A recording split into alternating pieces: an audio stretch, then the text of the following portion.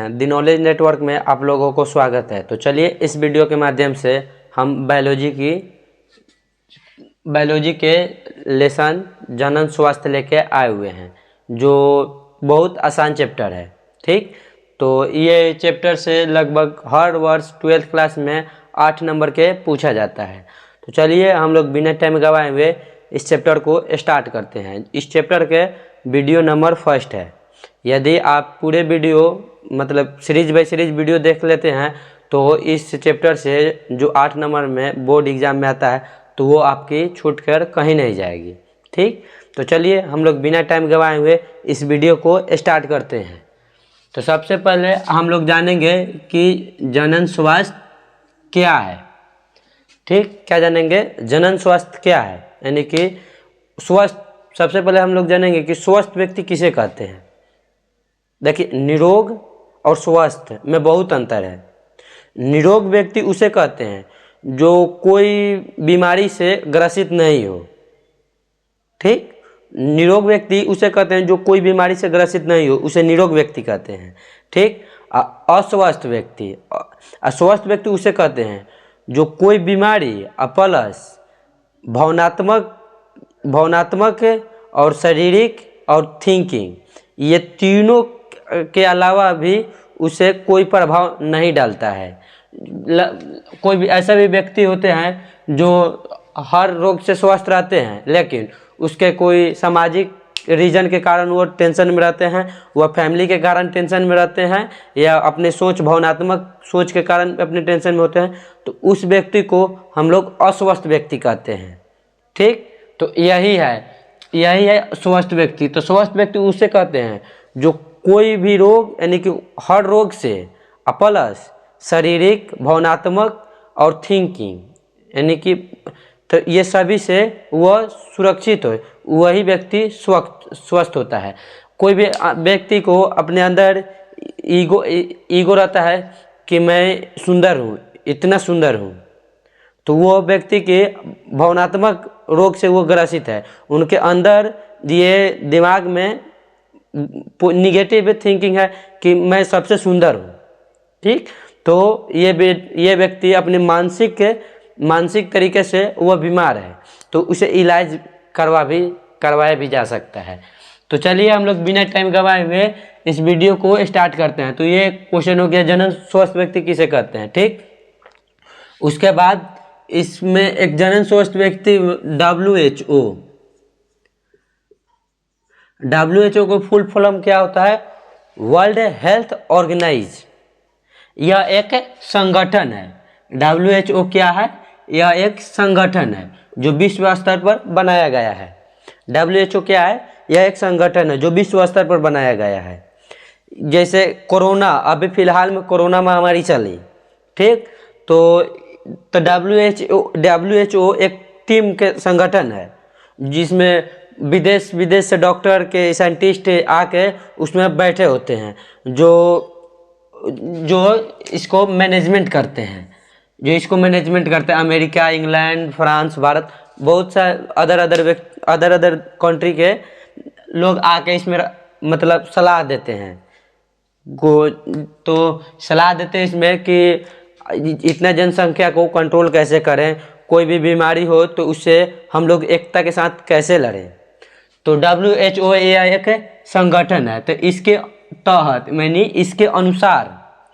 इसके अनुसार इनके अनुसार यह एक संगठन बनाया गया है जो हर व्यक्ति की सुरक्षा प्रदान करती है। ठीक, तो WHO को फुल फॉर्म क्या होता है? World health organised. तो ये स्थापना कब हुआ था? तो इसका स्थापना भी पूछता है एग्जाम में। ठीक, तो इसका स्थापना हुआ था, उसका स्थापना लगभग यदि इसका स्थापना आपको याद है तो आप कमेंट बॉक्स में लिख सकते हैं। ठीक, उसके बाद हम लोग इससे पहले यानी कि मान लीजिए कि इसके तहत भारत में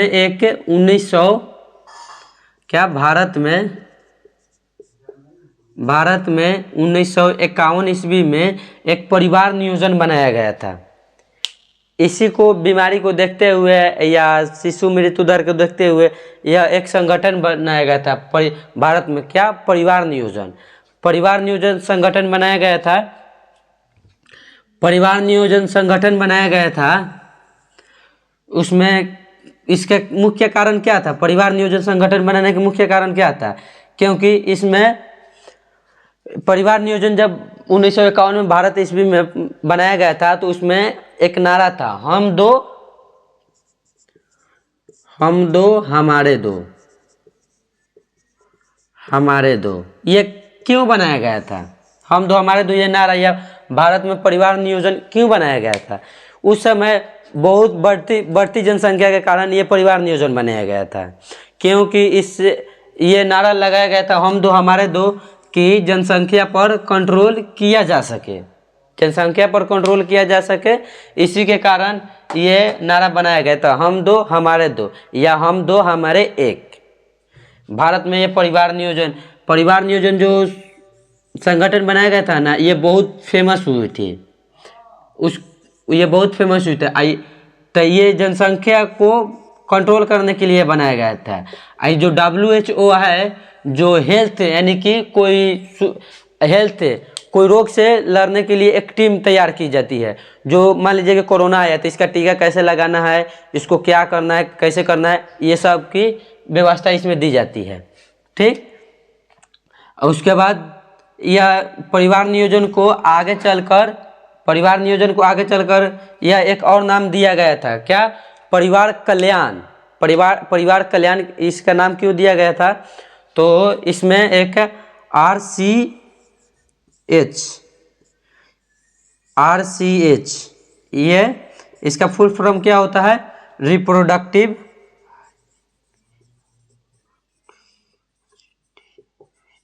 reproductive and child health care. Reproductive and child health care, RCH का फुल फॉर्म होता है। तो ये इसके तहत दो नियम लगाया गया था, यानी कि इसके तहत RCH के तहत 2 नियम लगाया गया था। क्या? परिवार नियोजन यानी कि जनसंख्या कंट्रोल के लिए। तो इसके अंदर तहत नियम लगाया गया था। तो इसमें पहला नियम था क्या? RCH का फुल फॉर्म आप कमेंट्स बॉक्स में टाइपिंग कर सकते हैं, यहाँ से देखकर। आप जितने बार लिखिएगा आपकी याददाश्त उतना ही मजबूत होते जाएगा। ठीक। तो उसमें पहले में क्या था? RCH ये बनाया क्यों गया था? तो RCH बनाया क्यों गया था? पहले की महिला को कम ईयर्स में ही शादी कर दिया जाता था। 14-15 वर्ष में ही शादी कर दिया जाता था। ठीक। तो 14-15 वर्ष में ही शादी कर दिया जाता था। क्यों? क्योंकि उसमें शिक्षा का अभाव था। इसी के कारण वो ये सब जानकारी नहीं जान रहे थे। तो उन लोग के जानकारी दिलाने के लिए ही RCH के तहत कुछ नियम दिया गया था कि ये नियम को फॉलो किया जाए। ठीक। ये नियम को फॉलो किया जाए तो ये नियम को फॉलो किया जाए, ठीक, नियम बना था। तो किस प्रकार से प्रचलित किया जाएगा, तो उसके ही वही हम लोग नियम आपको बताने जा रहे हैं। तो सबसे पहले लिखा गया था दृश्य, यानी कि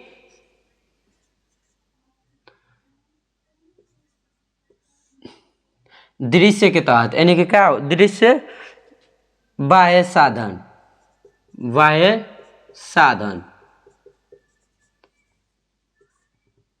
दृश्य बाह्य साधन मतलब क्या होता है?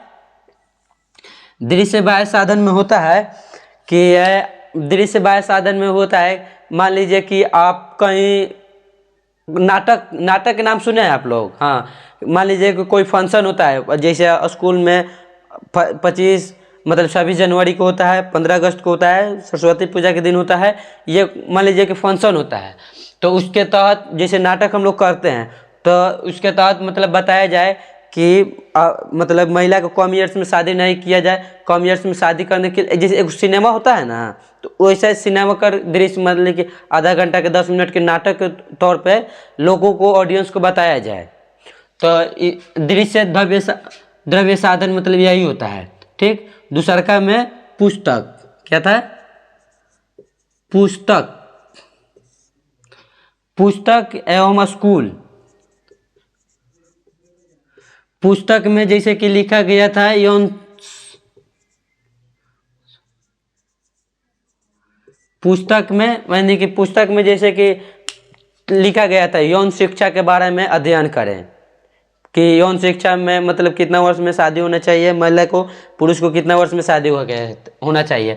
तो महिला को 18 वर्ष के बाद शादी होना चाहिए, 18 वर्ष के बाद, और पुरुष को 21 वर्ष के बाद। ठीक। और स्कूल में भी यह शिक्षा दिया जाए कि कम ईयर्स में ही बच्चों को जानकारी मिल जाए कि ये यौन शिक्षा क्या होता है। उसके बाद स्कूल में जानकारी दिया जाता है कि मान लीजिए कोई महिला को खास कोई लड़का के साथ संबंध हुआ, ठीक, तो खास संबंध हुआ और वो लड़का और किसी के साथ खास संबंध ना किया, जैसे एसटीडी को पता लगा, यानी मान लीजिए कि एक लड़की या एक महिला मतलब दो या चार लड़के के साथ कोई यौन संबंध बना ले, तो जैसे कि वो एड्स की रूप ले लेता है। तो इसी के तहत यह स्कूल में यौन शिक्षा की मतलब व्यवस्था दी गई है। ठीक। उसके बाद अखबारों के माध्यम से भी बताया जाता है। क्या?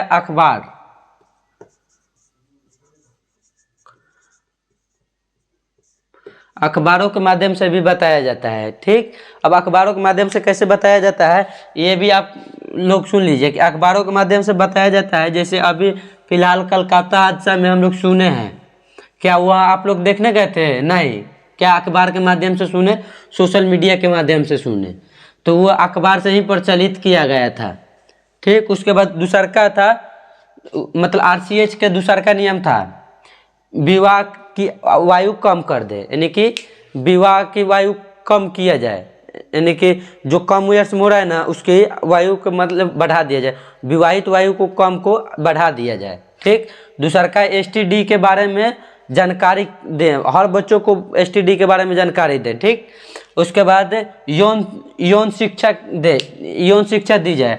प्रसव के दौरान देखभाल, यानी कि पहले की महिला को मतलब प्रसव जब हो रहा था तो उसकी कोई देखभाल करने वाला नहीं था, वो एक अकेली महिला कुछ भी करे रोए मतलब वो अकेला ही पड़ जाती थी, उसके कोई देखभाल करने वाला नहीं था, क्योंकि उस समय इसके जानकारी ही नहीं थे।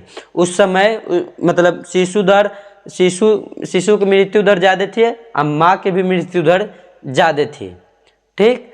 तो ये दोनों का मृत्यु दर ज़्यादा थी। उसके बाद शिशु का टीकाकरण लगाया जाता है। जैसे कि पहले बहुत महामारी हुआ था, जैसे इस समय अभी कोरोना का महामारी हुआ था, तो उसी समय मलेरिया के भी कुछ समय बीमारी चला था। तो यही सब मतलब बीमारी से लड़ने के लिए बच्चों को टीकाकरण करवाया जाता है। ठीक। उसके बाद कन्या भ्रूण हत्या आजकल की सोसाइटी में बहुत ज़्यादा चल रही है। कन्या भ्रूण हत्या सोसाइटी में चल रही है कि पहले उसके बाद कन्या भ्रूण हत्या हो रही है कि कोई महिला को अपने 3 महीने के बाद जैसे कि चेकअप करा लेती है। चेकअप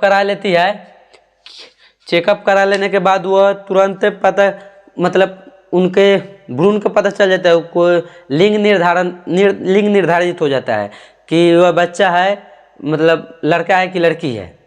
ठीक। तो लड़का है कि लड़की है, यदि लड़की निकल गई तो वह भ्रूण हत्या करवा लेती है लोग, जो कि ये बहुत गलत है। आप पे एक महिला है तो एक महिला है आप, तो आप महिला के जन्म नहीं दे सकते हैं? क्या वो महिला को जीवन जीने के अधिकार नहीं है?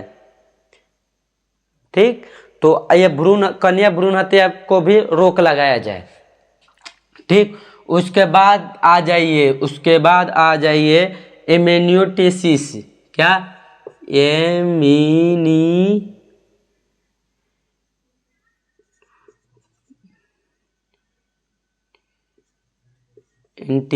एमेनियोटेसिस क्या, एमेनियो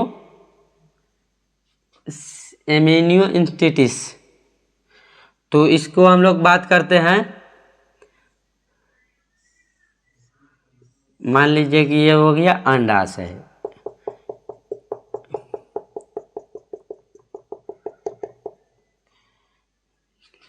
ये क्या हो गया, एमेनियो फ्लूइड। एमेनियो फ्लूइड ये एक तरल पदार्थ है, द्रव्य है, ठीक। ये क्या हो गया, एमेनियो, एमेनियो। ये क्या हो गया, ये भ्रूण हो गया, क्या हो गया, ये भ्रूण हो गया, ठीक, यह भ्रूण हो गया। तो ये जो द्रव्य है इम्यूनियोटेसिस फ्लूइड, इससे इंजेक्शन के माध्यम से निकाल कर, इसे इंजेक्शन के माध्यम से निकाल कर, इंजेक्शन के माध्यम से निकाल कर क्या, इम्यूनियो फ्लूइड्स को, इम्यूनियो फ्लूइड्स को निकाल कर इसे कोशिका को पता लगाया जाता है, क्या, कोशिका को। फिर कोशिका को पता लगाने के बाद इसमें से दो होता है, दो खून निकलता है। पहला क्या होता है, मान लीजिए कि देखिए इम्यूनियो फ्लूइड्स है ना, इसे इंजेक्शन के माध्यम से निकाल कर ये चेक किया जाता है, क्या किया जाता है, चेक किया जाता है। तो इसे इसमें क्या चेक किया जाता है, पहले भ्रूण का लिंग चेक किया जाता है, यहाँ लिंग चेक किया जाता है, ठीक। उसके बाद दूसरा का यहाँ